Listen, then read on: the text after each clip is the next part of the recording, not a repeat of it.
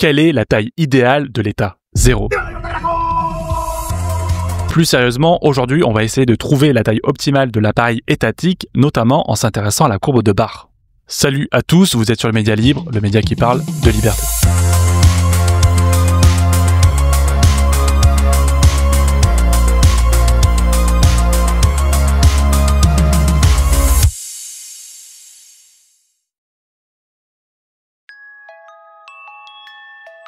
Derrière cet acronyme, on retrouve 3 noms, ou 4 selon les versions.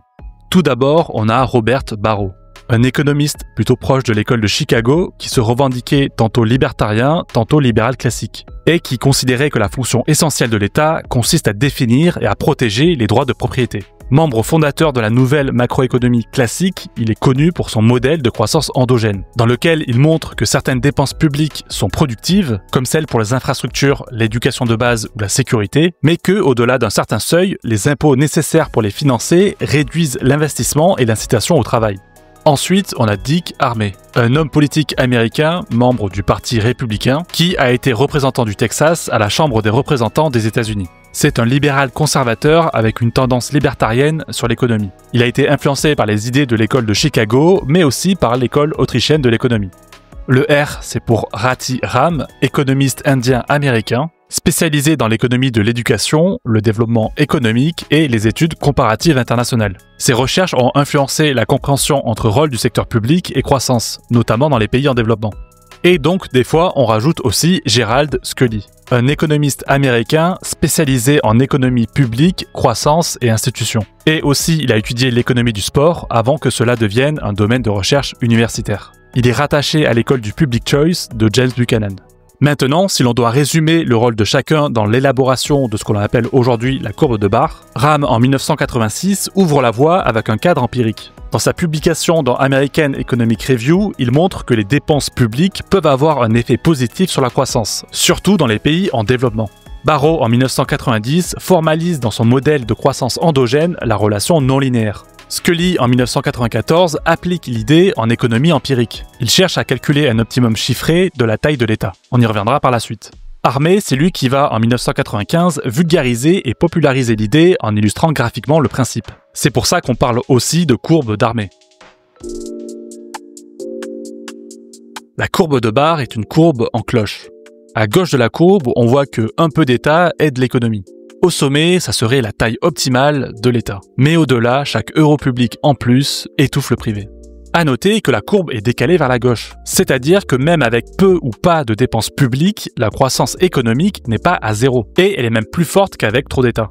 En effet, Barro montre que la croissance économique peut exister même sans dépenses publiques, car il reste le moteur du capital privé. Les dépenses publiques productives viennent seulement renforcer cette croissance jusqu'à donc un certain point.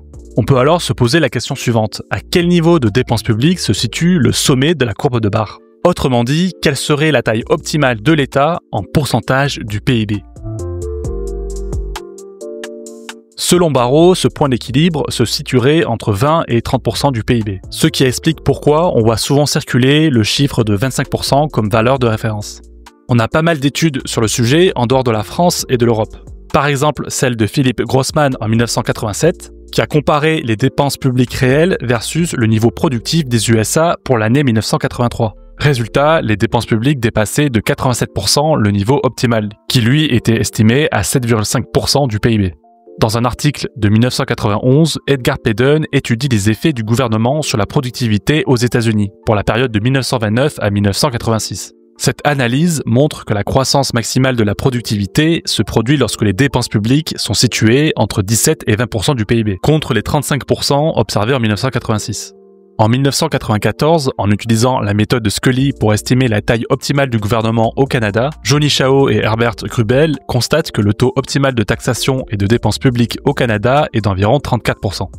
Dans une étude de 1998 sur l'économie américaine portant sur la période de 1947 à 1997, Richard Vedder et Lowell Galloway montrent que la réduction de l'État américain entre 1991 et 1997 aurait favorisé la croissance. Pour eux, la courbe d'Armey atteint son maximum lorsque les dépenses fédérales représentent 17,45% du PIB. Et ils rajoutent qu'une taille optimale pour les collectivités locales serait de 11,42%, pour un global de 28,87% du PIB en dépenses publiques. Du côté de l'Argentine, Ernesto Resch, en 2005, s'inspire du modèle de croissance endogène de Barro pour calculer la taille optimale du gouvernement en Argentine, mais cette fois-ci mesurée en taux d'imposition moyen. Et l'optimum serait de 30%. C'est pas vraiment comparable avec les autres chiffres, vu qu'on parle pas exactement de la même chose, mais c'est quand même intéressant. Mais qu'en est-il de la France ? En 2008, un rapport de la Direction générale des affaires économiques et financières de la Commission européenne cite les économistes Buty, Martinez-Monguet, Secat ou encore Van den Noord. Et pour eux, pour les petites économies ouvertes, la taille maximale de l'État qui reste stabilisatrice est d'environ 35% du PIB. Pour les grandes économies ouvertes, le seuil peut monter jusqu'à 40% du PIB.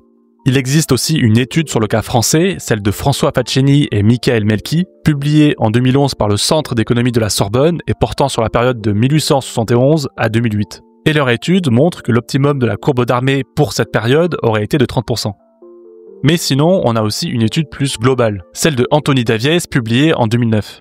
Davies va au-delà de la croissance économique et se concentre sur le bien-être social réel, en utilisant l'indice de développement humain comme indicateur principal.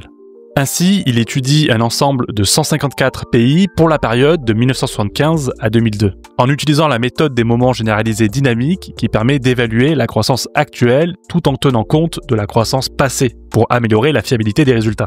Le résultat serait une taille optimale de l'État de 14,7%. Alors toutes ces études, c'est très bien, mais on peut émettre pas mal de critiques.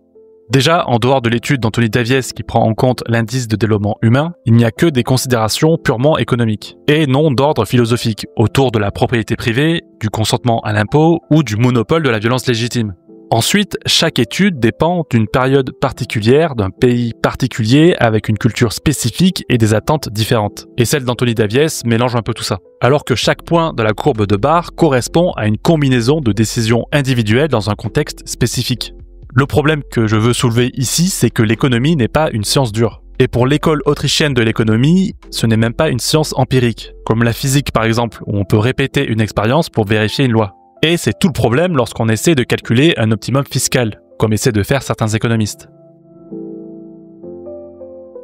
Ce qu'il faut retenir de cette vidéo, ce n'est pas un chiffre précis ou un pourcentage magique représentant la taille optimale de l'État. Ce qui importe vraiment, c'est l'effet désincitatif qu'un État trop présent peut avoir lorsqu'il s'immisce trop dans l'économie, ou dans nos vies aussi, de manière plus générale. Contrairement à ce qu'affirment la gauche et les keynésiens, plus d'État n'implique pas plus de développement. Et ce qui est intéressant, c'est que même en utilisant aussi des outils empiriques comme la courbe de Barre, on peut démonter leurs arguments.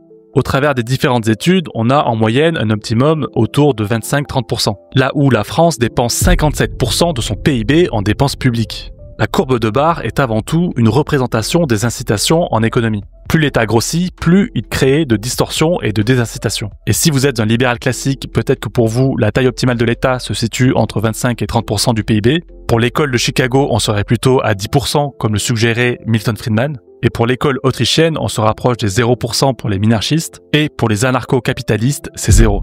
Merci à tous d'avoir suivi cette vidéo. N'hésitez pas à liker si celle-ci vous a plu. On approche bientôt des 1000 abonnés, donc abonnez-vous si ce n'est pas encore déjà fait. Et dites-nous en commentaire, pour vous, quelle est la taille idéale de l'État. C'était le Média Libre, à la prochaine.